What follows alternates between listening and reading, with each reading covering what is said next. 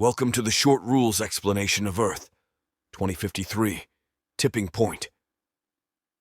In this game, up to 4 players take on the role of countries working together to avert a global climate catastrophe. The objective is to prevent the seesaw board from tipping over towards the pollution side by placing prevention tokens on one side and keeping pollution tokens at bay on the other. If the board ever fully tips or is completely filled with pollution, all players lose. On the other hand, if the prevention side is filled, everyone wins. To set up the game, each player selects a country card, then puts a marker on each of the 9 indicated need fulfillment levels of that country.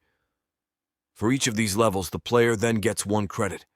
For a need fulfillment level of 3 in health, the player would put 3 credits on the edge of the health category accordingly. Then the player draws the number of project cards indicated on the country card.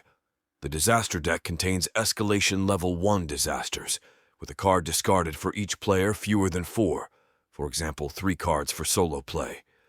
The number of disasters placed on the board each round corresponds to the number of players, for example 1 card for solo play.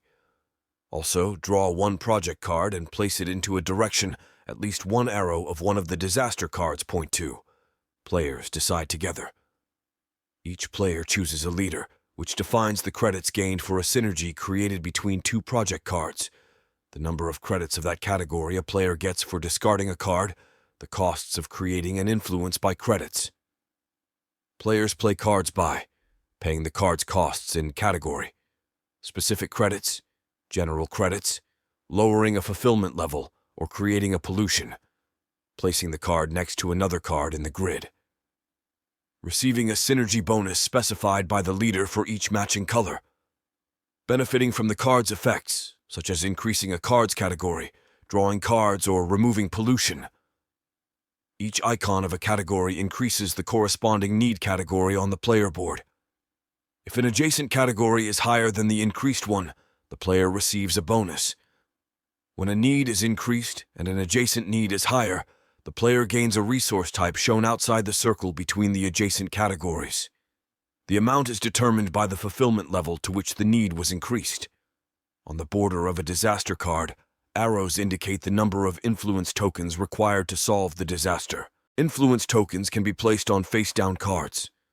To turn cards face down, players can choose to, instead of increasing a need fulfillment level, flip any card of the corresponding category on the board. For example, instead of increasing water fulfillment, a player might choose to flip a water card. Once a card is flipped face down, players may place influence tokens on it, earned from any source.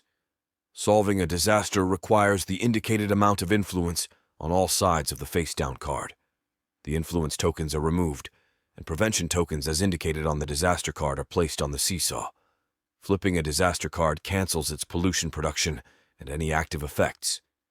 Players play 1 card each in clockwise order, starting with a random player in the first round, and the player who passed first the round before in later rounds. If a player cannot or does not want to play another card, they pass. Once all players passed, the round ends. Pollution is produced by active disasters and placed on the seesaw.